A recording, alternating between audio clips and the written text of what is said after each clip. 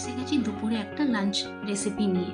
সেটা হচ্ছে লাউ খোসা ভাজা। লাউকে ভালো করে ধুয়ে খোসা ছাড়িয়ে সুন্দর করে কুচি কুচি করে কেটে নেব। আমরা জানি না যে খোসাগুলোতে কত ভিটামিন হয়, আর সেটা আমরা ফেলে দিই, অজানেই ফেলে দিই। এবার আমরা লাউ খোসাকে ভালো করে নুন জল দিয়ে ভালো করে ফুটিয়ে একটু ভাপিয়ে নেব। কড়াইতে একটু তেল নেব, তেলের মধ্যে একটু কালো জিরে শুকনো লঙ্কা নেব। নেওয়ার পর ওর মধ্যে লাউ খোসাগুলো ভালো করে দিয়ে একটু ভেজে নেব। ভাজার সময় একটু সামান্য লবণ আর একটু হলুদ দেব। আমরা আগেও লবণ হলুদ একটু জলের মধ্যে দিয়েছিলাম ভাপানোর সময়, তাই জন্য এখন অল্প মাত্রা দেব।